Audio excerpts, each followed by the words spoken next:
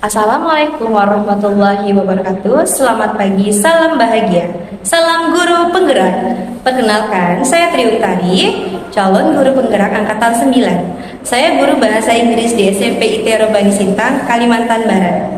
Dalam kali ini, saya akan melaksanakan praobservasi, di mana tujuan praobservasi adalah untuk mengetahui bagaimana persiapan guru yang akan saya supervisi di dalam kelas, baik itu tujuan, strategi, dan model di dalam pembelajaran yang akan disampaikan nanti di dalam kelas. Tentunya saya tidak sendiri. Pada kali ini saya ditemani rekan sejawat saya. Assalamualaikum Bapak Dedi Jayanto. Waalaikumsalam Ibu Tari. Bagaimana kabarnya hari ini Pak? Alhamdulillah sehat seperti biasa. Alhamdulillah. Oke, baik. Jadi nih Pak Dedi, untuk mencapai tujuan pembelajaran tadi yang kita bahas, menurut Pak Dedi, apa saja area pengembangan yang perlu disiapkan nanti ketika berada di kelas? Nah, untuk area pengembangan ini saya akan menggunakan ya seperti biasa kita gunakan di kurikulum Merdeka, yaitu ada dua jenis pengembangan area. Yang pertama yang paling penting adalah pengetahuan, dan selanjutnya ada keterampilan. Bagaimana kedua-duanya ini perlu tercapai, akan ada nanti strategi yang berproses di dalamnya agar pengembangan dari dua ini bisa kita terapkan kepada anak-anak. Jadi nanti anak-anak tidak hanya paham saja secara materi, namun mereka juga paham secara prakteknya. Itu yang kita harapkan.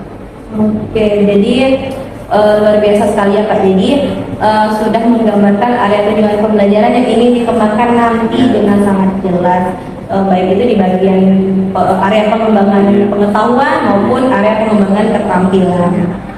Oke, baik Pak Dedi. Oke, baik Pak Dedi. Jadi dalam mencapai tujuan area tersebut nih, menurut Pak Dedi, strategi apa yang akan Pak Dedi siapkan untuk melakukan itu semua nanti dalam kegiatan pembelajaran di kelas? Nah, strategi yang digunakan, saya akan menggunakan strategi kooperatif yang dimana nanti para peserta didik akan dijadikan beberapa kelompok. Nah, kelompok ini akan terbagi menjadi beberapa kriteria. Jadi dalam satu kelompok yang saya bagikan ini tidak menyeluruh semuanya anak pandai, tidak menyeluruh anak semuanya ini kurang, tapi akan saya kolaborasikan. Di tiap-tiap kelompok ini akan saya buat ada anak yang pandai, ada anak yang biasa, dan juga anak yang lambat secara pengetahuan materinya. Nah, jadi yang saya harapkan nantinya adalah supaya mereka bisa sama-sama belajar dan tidak ada lagi yang namanya anak tidak percaya diri akan kemampuan dirinya. Jadi yang tidak bisa, anak yang kurang pandai, yang belum pede, bisa bertanya kepada teman sejawatnya yang siswa yang cepat tanggap terhadap materi, seperti itu. Oke, jadi strategi yang Bapak ingin ingin lakukan nanti itu seputar pembelajaran kooperatif ya, di mana di situ berkolaborasi lah antara peserta didik satu dengan yang lain. Karena nanti ini sangat penting. Kenapa? Kita juga mengedepankan atau endingnya, ke arahnya adalah bagaimana prakteknya sih sebenarnya. Yang penting mereka prakteknya bisa, dan juga ya sampailah pada kesadaran diri mereka sendiri ketika hal itu terjadi di lapangan, mereka bisa gitu. Jadi tidak hanya saja secara pengetahuan, tapi juga prakteknya. Saya harapkan mereka mampu untuk menerapkan itu dalam kehidupan sehari-hari. Oke, baik, sudah mulai tergambar nih ya pembelajaran berdiferensiasi yang akan Bapak lakukan nanti.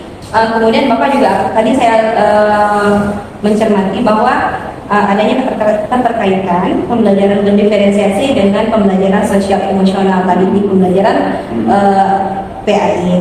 Oke, jadi sehingga tercipta pembelajaran yang bermakna gitu di dalam kehidupan peserta didik, itu yang kita harapkan ya Pak Didi ya. Oke. Mungkin ada sedikit tambahan ya Bu Tari. Bagaimana cara mereka melakukan, tentunya ini merupakan hal yang harus diberikan kepada anak-anak dari seorang guru adalah pendampingan. Benar. Karena ini kan kaitannya dengan praktek-praktek ya, pertama praktek sholat tentunya perlu lebih ekstra lagi melihat dari segi gerakan, bacaan, dan juga adab-adab mereka lah ketika melakukan sholat tersebut. Benar sekali. Jadi itu tambahannya lebih ekstra, mungkin ini merupakan apa itu ya, pertemuan yang sedikit panjang lah pada materinya dan juga beberapa pekan ke depan. Nah, untuk melakukannya ya mungkin saya akan melibatkan anak-anak yang cepat daya tanggapnya untuk mencari informasi-informasi dan diberikan kepada teman-temannya. Jadi nanti tugas akhir saya hanya sekedar mengawasi sejauh mana daya serap mereka dari berbagai informasi tersebut. Jika sudah baik maka akan saya katakan sudah baik. Jika ada yang perlu penyempurnaan maka akan saya sempurnakan. Seperti itulah cara kerja dari strategi dan juga model pembelajaran yang saya lakukan. Oke, baik, sudah mulai tergambar ya pembelajaran diferensiasinya bahwa bahwa menyesuaikan kebutuhan peserta didik di kelas tadi ya. Oke, luar biasa Pak Didi sudah menggambarkan semuanya secara rinci dan jelas. Nah, selanjutnya pada observasi kita hari ini nih, bagaimana perasaan Pak Dedi dan kira-kira apa aja nih hal manfaat yang Pak Dedi rasakan setelah diobservasi? Nah, untuk perasaan saya ini tentunya sangat bersyukur, sangat bahagia dan senang sekali telah diobservasi oleh Ibu Tari terkait tentang proses pembelajaran yang ada di kelas. Dan untuk manfaat yang bisa kita ambil dari observasi ini adalah tentunya sebagai media informasi, sebagai media pengembangan diri, nah dari setiap guru lah untuk memajukan pendidikan di Indonesia. Terutama kita juga mendukung penuh ya program pemerintah bagaimana mereka menerapkan atau menyuarakan tentang merdeka belajar ini supaya belajar lebih merdeka dan anak-anak juga merasa ceria seperti itu. Luar biasa ya Pak Didi, sudah dipersiapkan dengan matang, kemudian juga tadi kita sudah membahas perasaan juga dan manfaat juga apa yang nanti ketika dilakukan di lapangan itu mendapat gambaran lah nanti yang akan kita lakukan. Oke Pak Didi, jadi kira-kira nih kapan jadwal pelaksanaan untuk masuk? Jadi sehingga saya bisa melakukan observasi di dalam kelasnya Pak Didi nanti. Untuk jadwal observasi mungkin nanti bisa dilakukan pada jam mapel PAI itu sendiri.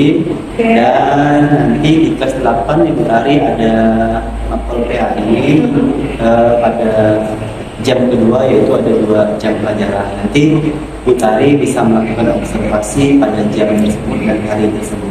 Oke, baik Pak Didi. Nah, nanti kita akan masuk sesuai jadwal dari Pak Didi, mengikuti jadwalnya si Pak Didi untuk nanti melakukan supervisi akademik di kelas. Semangat ya Pak Didi ya. Selalu semangat. Semangat ya. Oke, demikianlah praobservasi kita hari ini.